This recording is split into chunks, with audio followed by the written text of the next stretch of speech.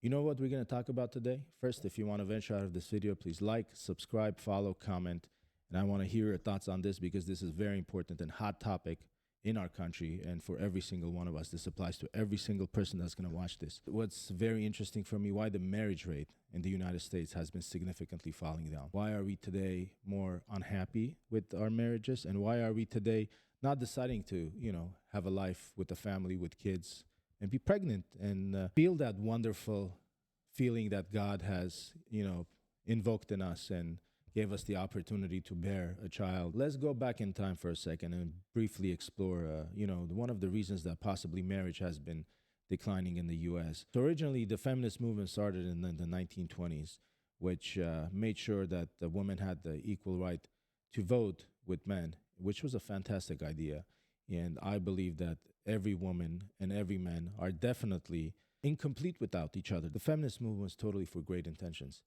But what happened after that? U.S. marriage started to see a significant decline starting in the 1970s. What happened in the 1970s? In the 1970s, it was America's second wave of the feminist movement. Women started to classify themselves as independent. And independence leads to independent individuality, independent thinking, independent family that cohabit together, maybe. Is that something else that they were thinking at the time? Women have been taking this independent side a little bit too seriously. Women had a great role, a specific role, many, many years ago.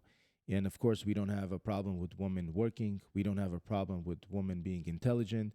We don't have a problem with women being intellectuals because that's what men are looking for. They're looking for intellect. They're looking for entrepreneurial spirit of a woman. They're looking for a queen for their household. That's what they're looking for. Because you as a man, you run outside of the home. You're the king of the outside world. And your wife is the queen of your home. The woman is just the CEO of a home. And there's nothing wrong with that. This is how it was for hundreds of years. Another important marriage fact we want to talk about is for women and men getting married and not having children. By deciding not to have children because of health issues, which I'll get to that in a moment. But when you get married, why don't you have children? What is the point of your marriage? In my specific opinion, I think once you get married, I think you should have a baby right away. Of course, if you can financially, emotionally, and, if you're prepared. If you're unprepared, then please don't even get married. And, when you get married, having children should be on the top of your priority list. It should be your number one goal. Because I don't see a point of marrying somebody and not having children. That's the purpose of it anyway.